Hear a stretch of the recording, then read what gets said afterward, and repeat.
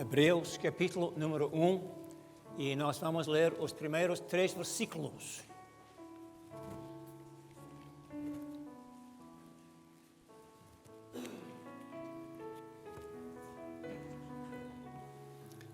Então assim diz a palavra do Senhor. Havendo Deus antigamente falado muitas vezes e em muitas maneiras aos pais pelos profetas, a nós falou-nos nestes últimos dias pelo Filho, a quem constituiu herdeiro de tudo, por quem fez também o mundo, o qual, sendo o resplendor da sua glória e a expressa imagem da sua pessoa, e sustentando todas as coisas pela palavra do seu poder, havendo feito por si mesmo a purificação dos nossos pecados, assentou-se à destra da majestade nas alturas. Amém. Só até aqui. Senhor, é a tua palavra e nós damos graças por ela. E pedimos nesta hora que o teu Espírito Santo possa nos conduzir para entendê-la na manhã de hoje. Abra os nossos corações, Senhor, assim nós oramos no nome de Jesus. Amém. Assentados, irmãos.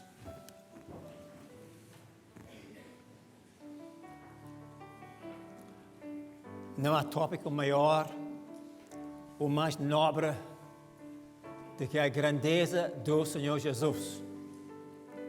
E todos os homens grandes da história desvanecem à luz da grandeza desta pessoa gloriosa. Ele é a figura central em toda a palavra de Deus e os profetas hebraicos falam muito a respeito dele.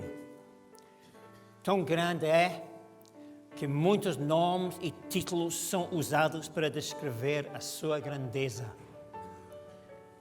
Ele é Jesus, Emmanuel, o Filho do Altíssimo, maravilhoso, a palavra, o Messias, o Cordeiro de Deus, o leão da tribo de Judá, a luz do mundo, o Senhor dos senhores, o noivo da igreja, o Alfa e Ômega, o Príncipe da Paz e muitos outros nomes e títulos. Esse é o nosso Salvador, é o nosso maravilhoso Jesus. Ele fica destacado.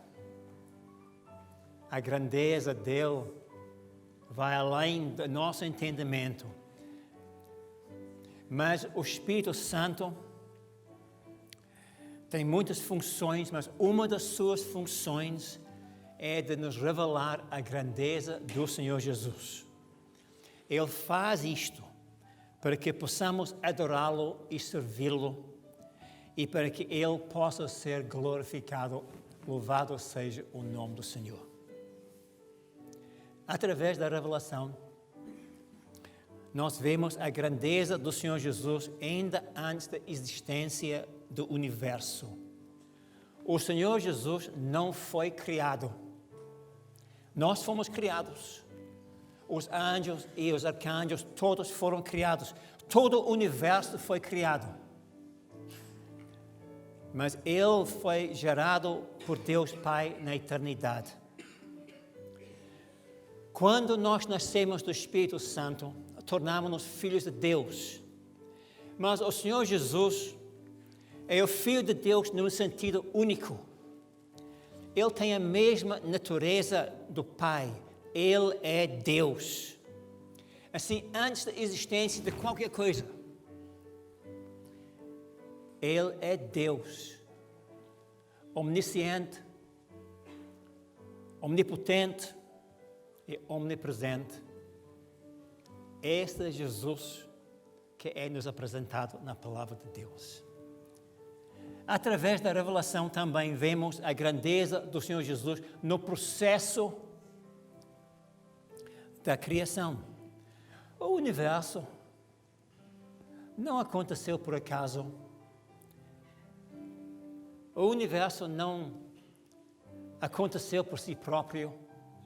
Deus Pai o Filho e o Espírito Santo estiveram todos envolvidos no processo da criação.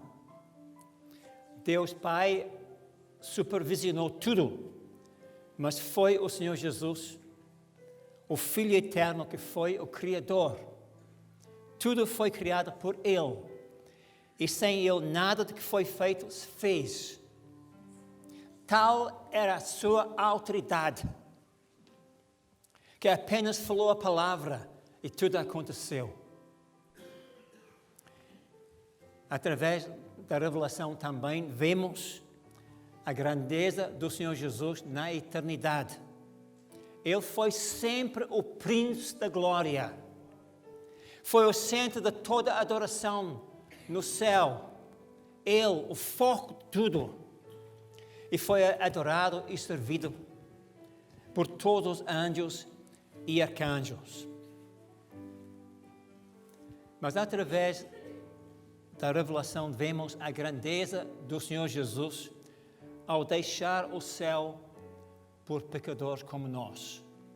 Fomos criados para adorar Deus, para servi-lo, para trazer honra ao seu nome, mas infelizmente falhamos e não honramos a Deus como devíamos. Deus Pai sabia de antemão que íamos falhar. Sabia que a nossa rebelião ia cortar-nos da sua santa presença. Mas Ele nos amou e quis salvar-nos das consequências graves da nossa ação. Por isso Ele traçou o projeto da salvação.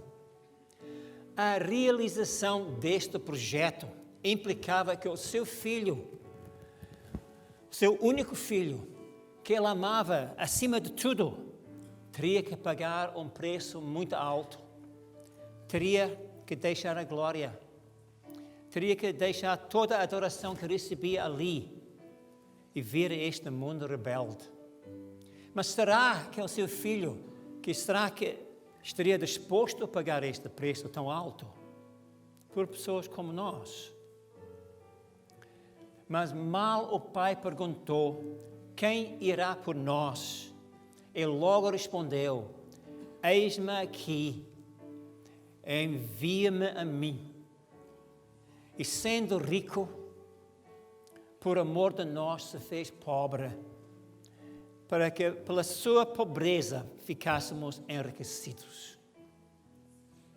Assim vemos a grandeza do Senhor Jesus neste grande gesto de amor por nós. Mas também vemos a grandeza do Senhor Jesus na sua humildade em se tornar um de nós. Jesus foi o Filho eterno de Deus. Ele tornou-se o filho de uma jovem hebraica chamada Maria. Ele que era Deus tornou-se homem. Ele que tinha a natureza divina assumiu também a natureza humana. E ao viver entre nós, Ele não cessou de ser quem sempre tinha sido, o Filho do Altíssimo, o Filho eterno. Mas ao mesmo tempo tornou-se aquilo que nunca tinha sido, um ser humano, um de nós. Ao tornar-se um de nós, vemos a sua humildade.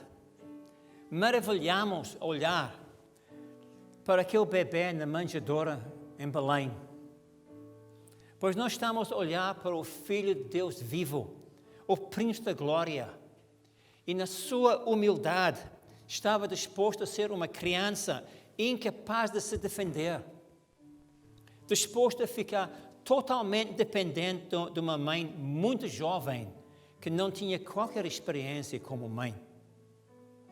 Vemos a sua humildade ao longo da sua vida. Como Filho de Deus, nós vimos que era omnisciente, omnipotente e omnipresente, mas quando viveu entre nós, sem deixar de continuar a ser Deus, Ele voluntariamente negocia a si próprio o acesso a estes poderes divinos. aceitou viver uma vida limitada como os nossos.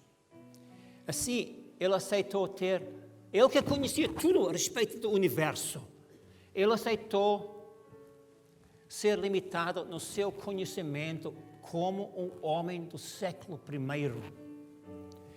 Aceitou sentir cansaço e fome que nunca tinha conhecido. Limitou-se a poder estar num lugar a cada momento como nós. Mas, pela revelação, vemos a grandeza dele em revelar Deus, o seu Pai. Por nós próprios, não podemos conhecer a Deus. O homem mais sábio pela sua sabedoria não chega lá. O homem moderno, através da ciência, também não chega a conhecer Deus. Mas o Deus vivo escolheu revelar-se a nós na pessoa de Jesus, que é a imagem exata do Pai. O apóstolo João escreveu: ninguém jamais viu a Deus, mas Jesus, o Filho, o revelou a nós. Isso significa que se nós precisamos de conhecer como é Deus, basta olharmos para Jesus. Ele é a explicação perfeita de tudo que é este Deus eterno. É por isso que ele podia dizer com toda a autoridade: quem me vê a mim, vê o Pai. Jesus veio e mostrou não um Deus distante, indiferente ao nosso sofrimento e dor, mas um Deus de amor, um Deus que encontra alegria em receber pecadores arrependidos. Louvado seja o nome do Senhor por ter um Deus, conhecer um Deus assim. Irmãos, pelo mundo fora, há muitas pessoas ansiosas de conhecer o nosso Deus. E através das religiões, através dos ritos, através dos sacrifícios, procuram conhecê-los, não chegam lá, porque não conhecem nosso amado Senhor Jesus. Ele é o caminho, louvado seja o nome do Senhor. Através da revelação, vemos a grandeza do Senhor Jesus na sua obediência. Foi obediente aos seus pais, mas também foi obediente ao seu Pai Celestial. A sua alegria consistiu em fazer só a vontade dele. E como resultado da sua obediência, Jesus nunca, nem uma vez, pecou, porque andou sempre na orientação do Pai. Por causa disso, o seu Pai Celestial, teve muito orgulho nele. Assim, quando Jesus foi batizado, o Pai interveio dizendo: este é o meu filho amado em quem me comprazo.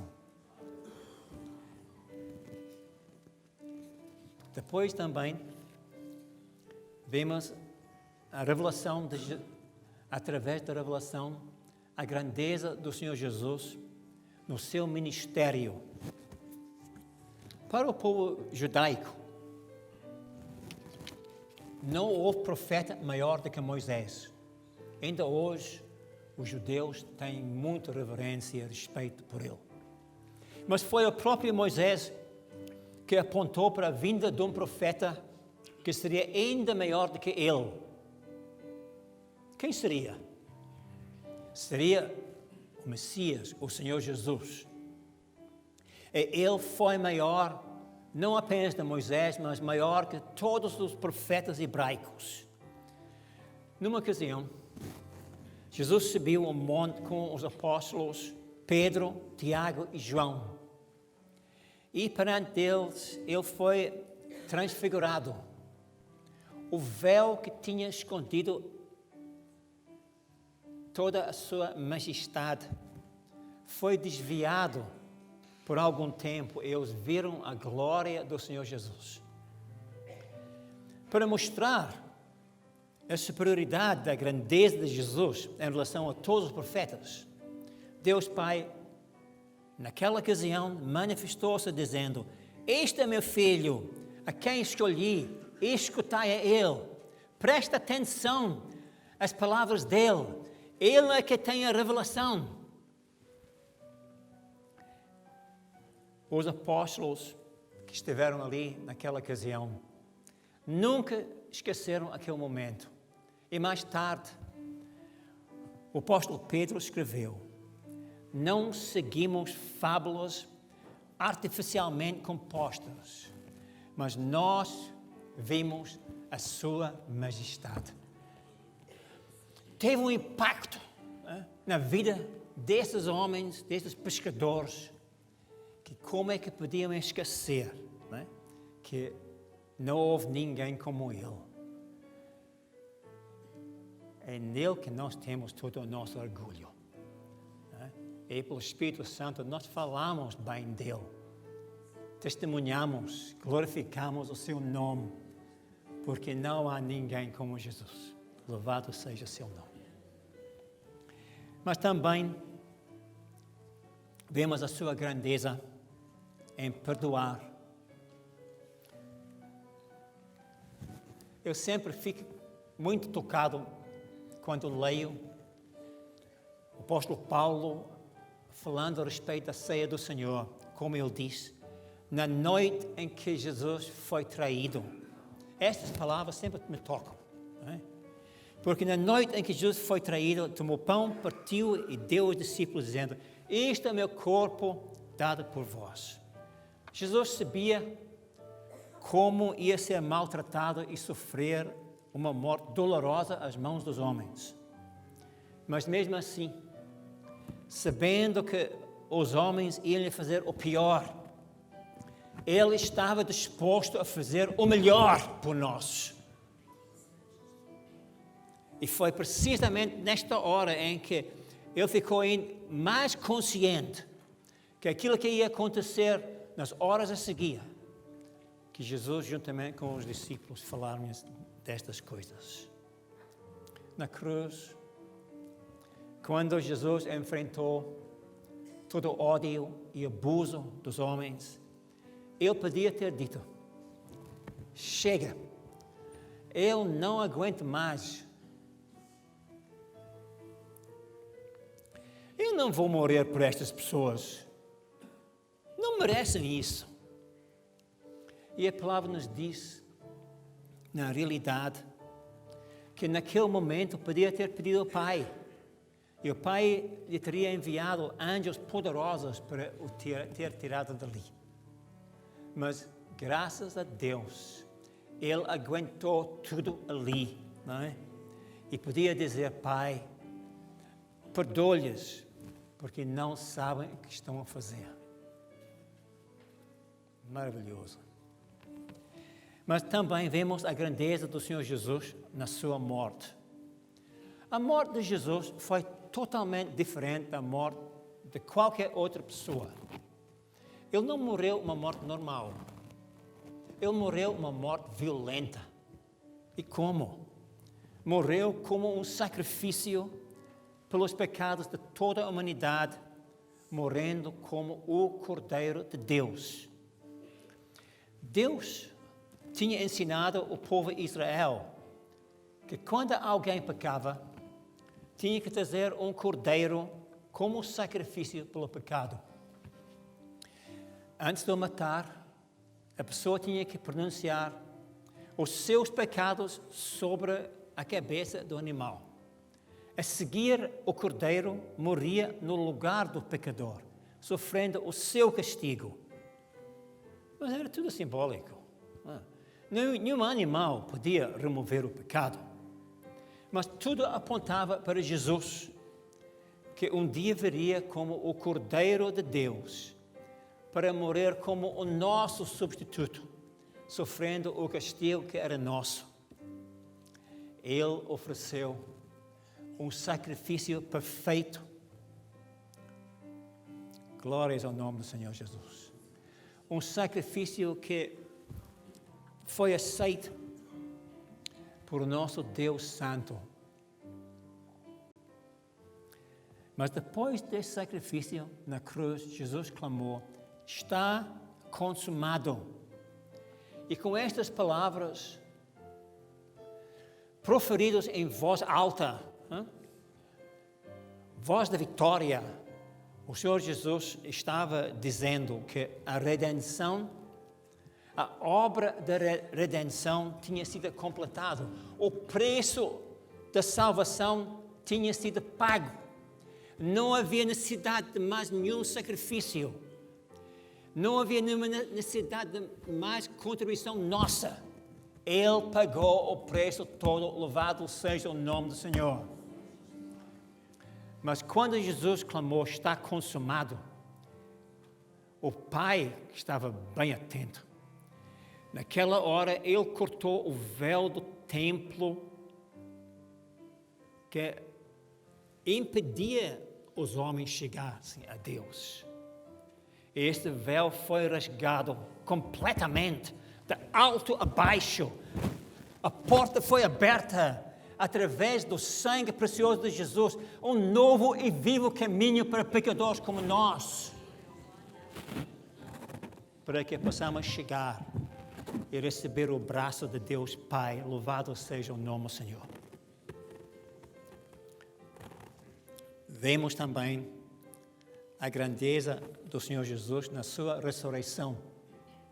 Jesus morreu, mas não ficou morto. Ele ressuscitou ao terceiro dia, cumprindo toda a profecia. Ele é chamado o primogênito dos mortos. O que é que isso significa? Significa que ele é a primeira pessoa que morreu e voltou a viver, sabendo que nunca morreria outra vez. Ele próprio disse: eu sou aquele que vive. Ele vive. Estive morto, mas eis que estou vivo pelos séculos dos séculos. Nós adoramos um Jesus vivo. Durante o seu ministério, Jesus ressuscitou várias pessoas, incluindo o seu amigo Lázaro, que tinha estado morto durante 4 dias. Cada ocasião foi um milagre notável. Mas todas estas pessoas que Jesus ressuscitou morreram outra vez. Jesus não. Ele hoje vive no poder de uma vida que nunca vai terminar. Louvado seja o nome do Senhor. Ele é chamado o primogênito dos mortos, porque é a primeira pessoa numa fila de pessoas que serão ressurretos da morte para nunca mais morrer. E isso vai acontecer no grande dia, quando Jesus volta para buscar a sua igreja, né? E nesta hora nós vamos subir, e aqueles que já morreram, os nossos irmãos no passado que morreram em Jesus, vão ser ressurretos naquela ocasião. Louvado seja o nome do Senhor. E quem vai ficar no meio de tudo, glorificado acima de todos, é o primogênito dos mortos, nosso amado Senhor Jesus. Os irmãos estão a ver a grandeza dele. Digno é de toda a louvor e toda a adoração. Através da revelação vemos a grandeza do Senhor Jesus na sua ascensão. Dias depois da ressurreição, Jesus foi levado ao céu enquanto abençoava os discípulos.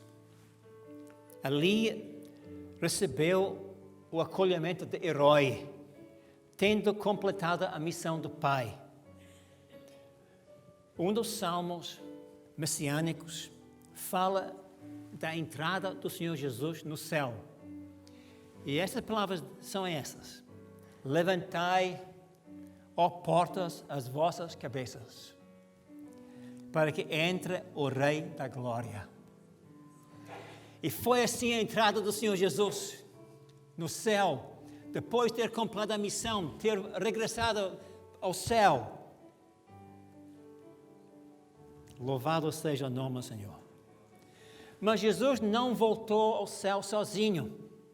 Foi acompanhado em triunfo pelos servos fiéis do Velho Testamento que tinha esperado por ele, pelo Messias, em Sheol ou em Hades. Depois da sua morte, Jesus desceu em Hades. E as portas do Hades não lhe resistiram. Ele entrou e libertou todos.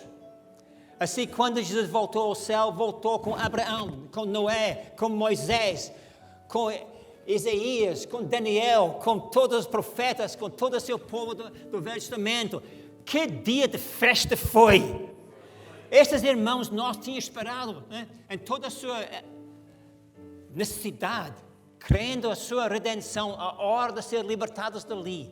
E foram libertados porque o Senhor Jesus tinha feito esta obra gloriosa. Maravilhoso é Ele. Vemos a grandeza dele na sua exaltação.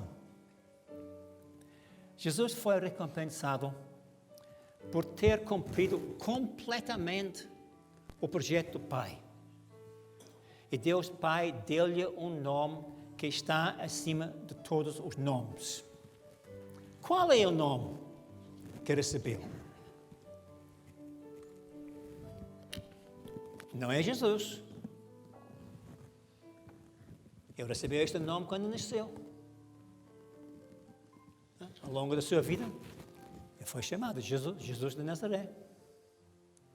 O nome que ele recebeu é o nome de o Senhor. É por isso que nós dizemos, Jesus, Ele é o Senhor.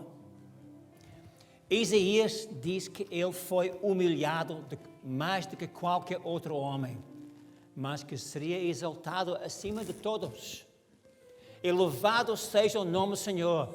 Este Jesus nosso tem sido exaltado acima de todos. Ele é o Senhor.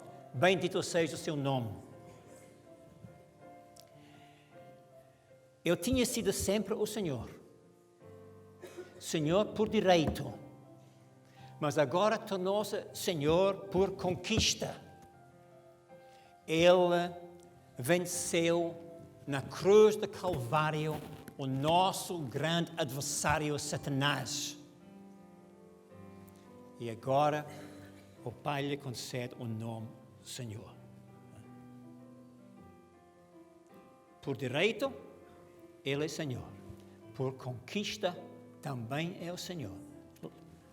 Veja como Ele é grande. Bendito seja o seu nome. Também vemos a grandeza do Senhor Jesus como o Senhor do universo. Quando Ele voltou ao céu, foi exaltado, coroado, sentou-se logo no trono do universo, ao lado de Deus Pai. Depois o Pai confiou-lhe o trabalho de cuidar do universo. Há quem pensa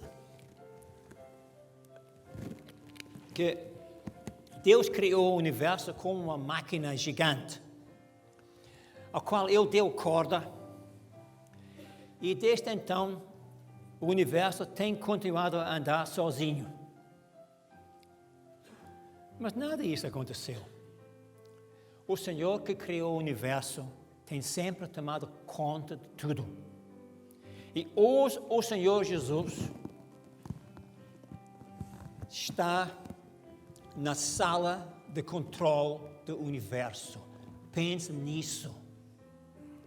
Há no céu o homem, um de nós, e ele tem recebido toda a autoridade no céu e na terra. Ele tem sido dado esta posição de estar na sala de controle, cuidando de tudo. E Ele sustenta tudo pela palavra do seu poder. Isso que foi que nós lemos esta manhã. É Ele que mantém constantemente os planetas nas suas órbitas.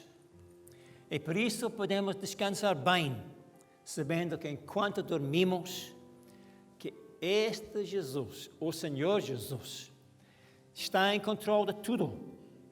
E que o nosso planeta não vai desviar-se de repente da sua órbita. aqui e cair num buraco negro, porque Jesus é Senhor, bendito seja o seu nome.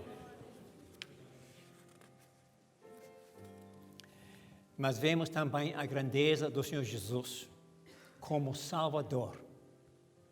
Em Israel, os sacerdotes, os reis e os profetas eram todos ungidos. A unção separou-os para funções especiais. Mas Jesus é o Cristo, é o Messias. E Messias significa o ungido. Os outros eram ungidos. Jesus não é ungido como eles. Ele é o ungido. Ele é único, ele é especial, ele é destacado. Ele foi destacado por uma função principal no projeto de salvação, para ser o Salvador do mundo. Antes de nascer, ele foi dado o nome Jesus, que em hebraico é Yeshua. E Yeshua significa Deus salva, porque ele seria o Salvador. Jesus é o Salvador do mundo. Não há salvação em mais nenhum nome. Só Ele é que pode nos salvar. Não podemos salvar a nós próprios, pelo nosso esforço ou pelas obras. Ele é um grande Salvador.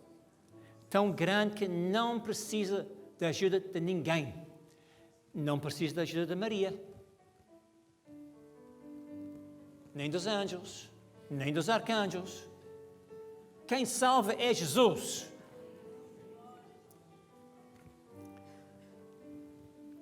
Ele nunca perdeu ninguém que confiou nele.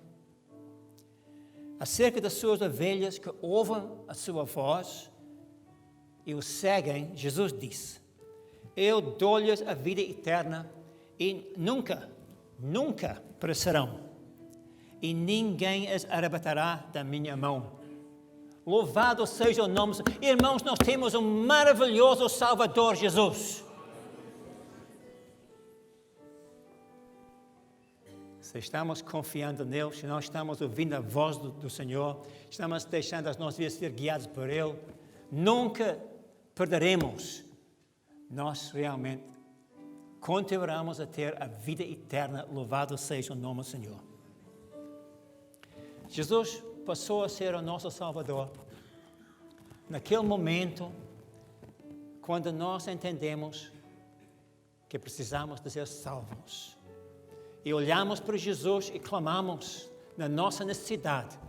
Ele passou, a partir daquele momento, a ser o nosso Salvador.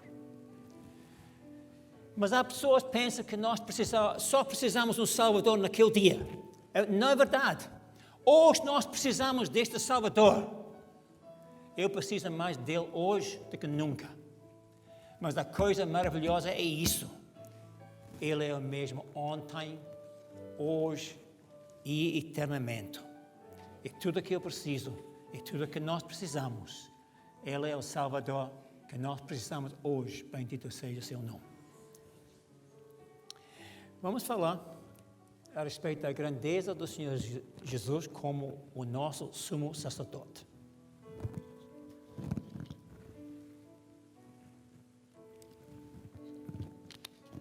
O sumo sacerdote em Israel era importante para o povo. Ele era da tribo de Levi.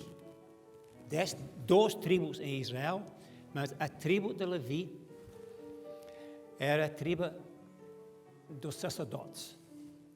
O sacerdote, o sumo sacerdote, representava o povo diante de Deus e intercedia a favor deles. O primeiro sumo sacerdote era Arão, o irmão de Moisés.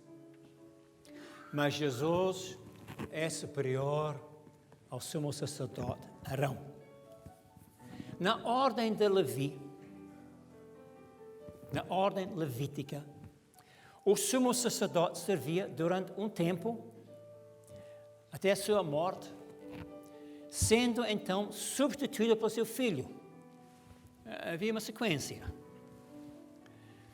Mas não sendo da tribo de Levi, mas da tribo de Judá, Jesus não podia ser um sacerdote segundo a ordem de Levi.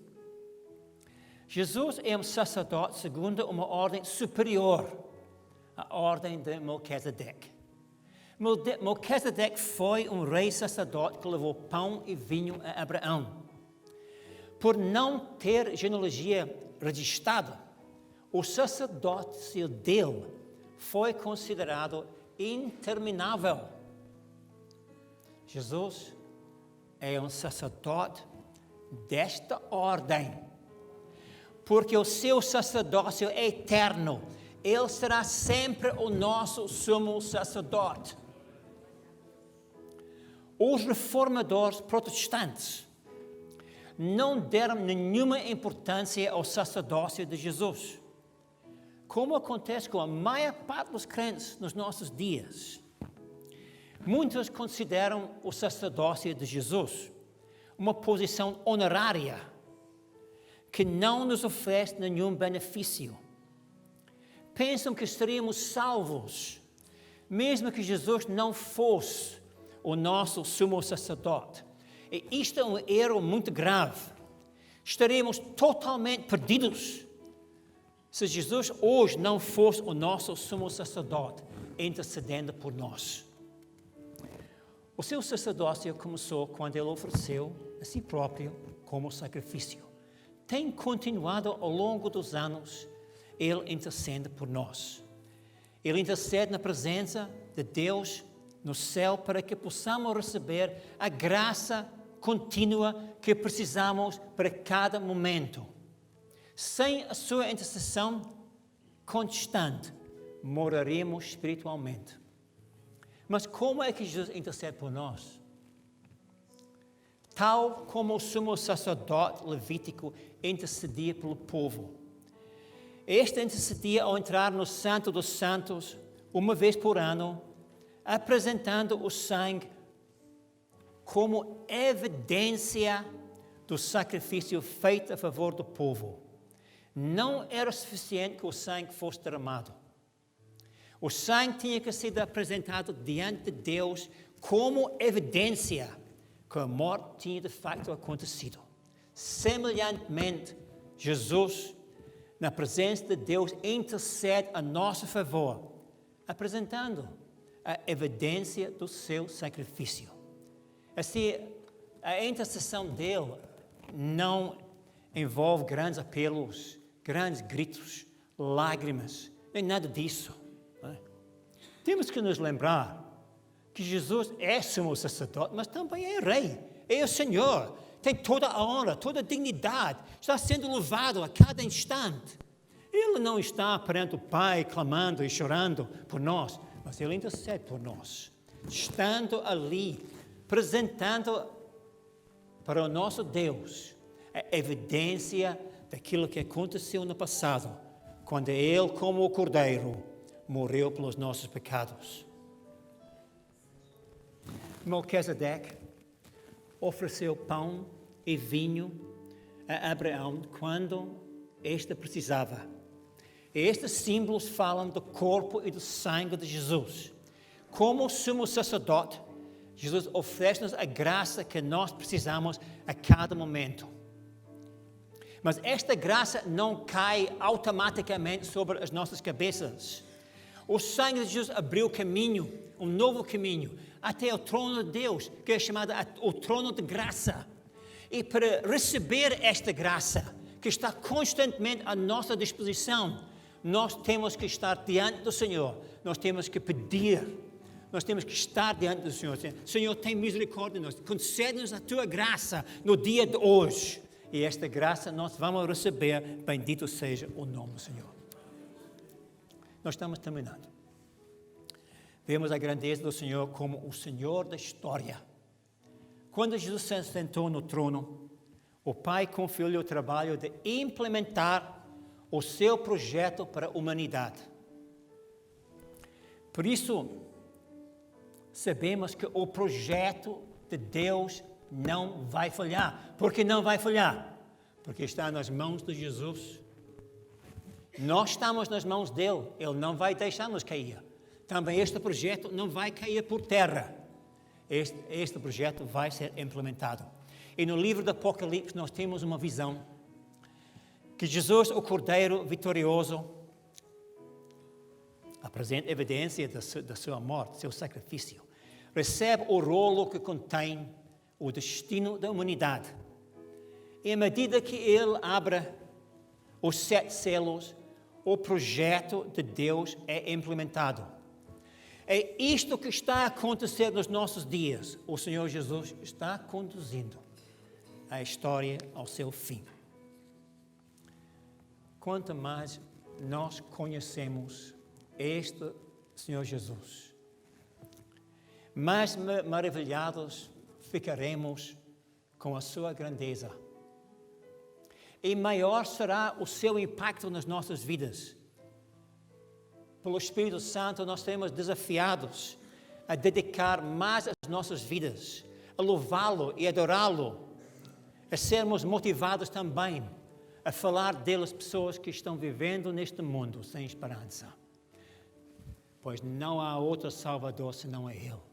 E só Ele é o Senhor. Louvado seja o seu nome. Senhor vos abençoe, irmãos.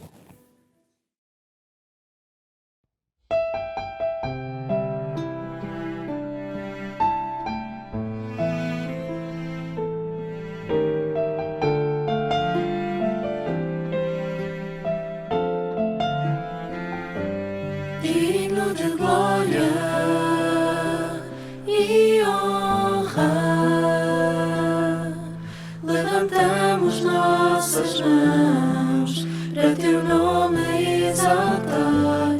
Digno de glória e honra, levantamos nossas mãos para teu nome exaltar. Porque grande és tu, maravilhas fazes tu, não há outro igual a ti, não há outro igual a ti. Porque grande és tu, maravilhas fazes tu, não há outro igual a ti.